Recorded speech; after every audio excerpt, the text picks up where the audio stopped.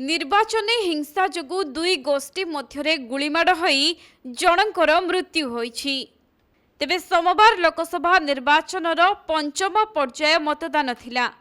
आउ एही समय रे बिहार सारण लोकसभा आसन रे निर्वाचन हिंसा देखिबाकु मिलिछि, जहाँकि एठारे दुई गोष्ठी मुहांमुही होइछन्ति एवं सेमानंको मध्यरे गुलीमाड़ मध्य होइछि।